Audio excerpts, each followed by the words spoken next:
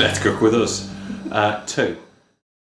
What we're going to do now is we're going to cook risotto. So there are loads of different risotto recipes out there, and you've probably cooked risotto and know exactly how to cook risotto, and respect to you if you know how to cook risotto. We are just going to show you how we cook risotto, which is the most simplest and plainest way. As I said, there's all sorts of extra things you can add to it. We're going to keep it as simple and as traditional as possible. So this pan is here just warming up nicely. So we have one onion, we have about 3 or 4 large garlic cloves there. We've got about 4 chestnut mushrooms, 350 grams of risotto rice. Basically the amounts don't really matter too much, but a good chunk, that's enough for like 3 people or so. We've got about 50 grams of butter, got a litre of chicken stock, and we've got a couple of teaspoons of salt, but again you might need a little bit more. And then we've got a couple of chicken breasts that I'm going to pan fry towards the end. We're going to use those juices. You can look at me. Sorry. We're going to pan fry the chicken breasts. I say me. I'm going to pan fry the chicken breasts. But we finish it with a lot of butter, so it's all nice and brown and delicious. As that rests, all the juices come out of that. We're going to finish that in the risotto. So see, lots of recipes they'll say, oh, put a little bit of knob of butter right at the very end of the risotto. We're going to put like chicken butter into it as well. If you don't do that when you pan fry the chicken breasts, that buttery juiciness you can actually store. Pop it into one of our little cups. We use these little cups. Pop it into there. Pop that into the freezer, and I call them like taste enhancers. That's not what I call them. What do I call them? Taste explosions. What they called? I call them something, and I've forgotten what I call them.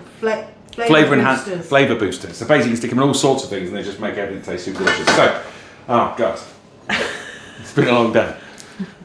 So. Do you want me to keep looking at you? Sorry. You can do what you like, but you see here, this is a pot of something else that's cooking away for something else that we're going to do for a different video. So ignore that thing bubbling away in the corner. So again, the classic move, olive oil. The pan's quite reasonably hot, like sizzles. Put the onions in. And then, if you fancy, you can use a risotto spoon that was given to me as a present by a young man called Paul. Hopefully we'll be watching this video. Do we film the whole of the frying off? No, it's quite a slow boring, isn't it? process. Should we pause it now? Pause it. Right, are we back? We're back. Right, okay, so you want you in? Here we go. You have me in here. A couple of knobs of butter. Look at Sam, look at Sam. Yeah, hello. We're going to add the garlic. You know, FYI, I never ever cook like this. I never just have it. Always do. I never just have it in pots. No one ever does. Always. Every single person who's ever done a video where there's this little pots, no one ever cooks like that. Borderline psychotic. Mushrooms go in as well. And there's a satisfying. Where's the light? Okay. Was that you? No, have you pushed the input more? It's not charging. Battery packs down the bra. Dedication. There it's in. Okay, ready. Right, boom. Cook down the onions. That's a requirement to very steadily cook down those onions. Don't rush that bit. It's pointless. Don't rush it. Give it a little bit of time. So then what we're also going to do now, they call it toasting the rice. I'll be honest, I have no idea whether this works or not. This is just always where I've done it because that's what everyone says. Everyone always says toast the rice. Don't know why you toast the rice. We always toast the rice. All the recipes say you need hot stock ready to go. Put the hot stock into the pan. You don't. All of that stuff is what's happened. It's falling off. The light's falling off. Just put it in it. That's because your battery pack's down your bra. Yeah, there we go. Right.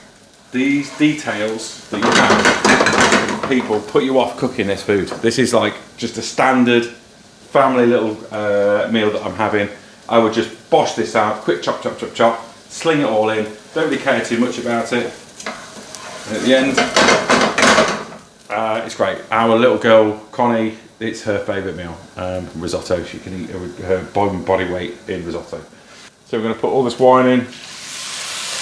Bosh. And then we've got the chicken stock, super gelatinous, which is just lots of flavour. So as I say, we're going to stick in about half of it, and that's going to slowly absorb.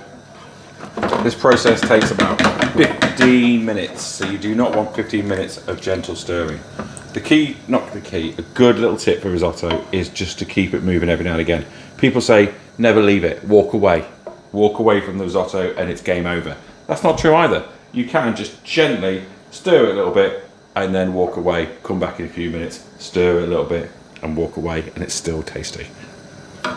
Which is what I'm doing now. Walk away then.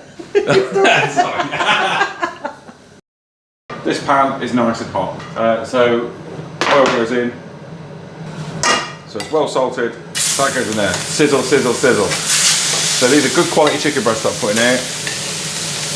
I'm going to turn off the extractor. I'm not turning off the extractor fan, it's too much. Butter. And that's going to cook off quite nicely. That's going to... So we talked about having the butter. Shit.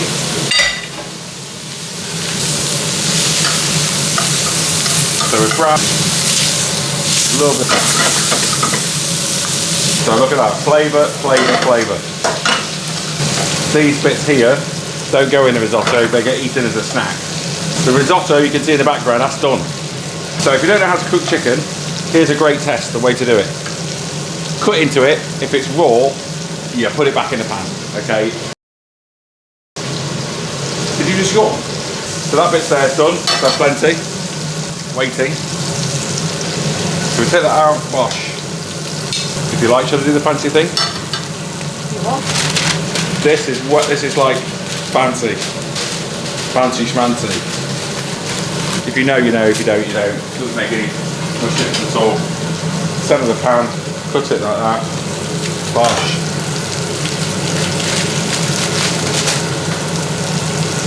It's called a cartouche. Keeps stuff a little bit more moist. It's proper poncy to do that. You do not need to do that. So yeah, so we're going to leave that cooking. We're going to leave that cooking, then just crucifying it. So yeah, so what we'll do now, we'll stop it. This is now done. This is roughly what it looks like. So we're just going to pop that next to the other one. That was a little bit thinner. So we've got here butter and all the little charring remnants. So we're just going to get some water back on the heat. Cannot stress to you how much flavour is in this little bit just here. And obviously it's got all that butter in, so you're not finishing with just little knobs of butter. You're finishing the whole dish with chicken flavoured butter and a smidge more liquid. So we're just going to quickly boil down. You go back to our risotto, and it's basically 95% done. Lots of risottos have cheese in it. You can add cheese to it. They always say put a bit of parmesan. We're talking about cook with us too. Family meals. If you want to have a bit of cheese, a little bit of cheddar, that also works. Parmesan, gourmet, stick that in there as well if you want to. So you can see that's now beginning to thicken up just a smidge more. Just get a few more of these little bits that are scarred to the bottom. So that's all flavour, and then that just simply goes in there to finish. Gives it a nice little bit of colour.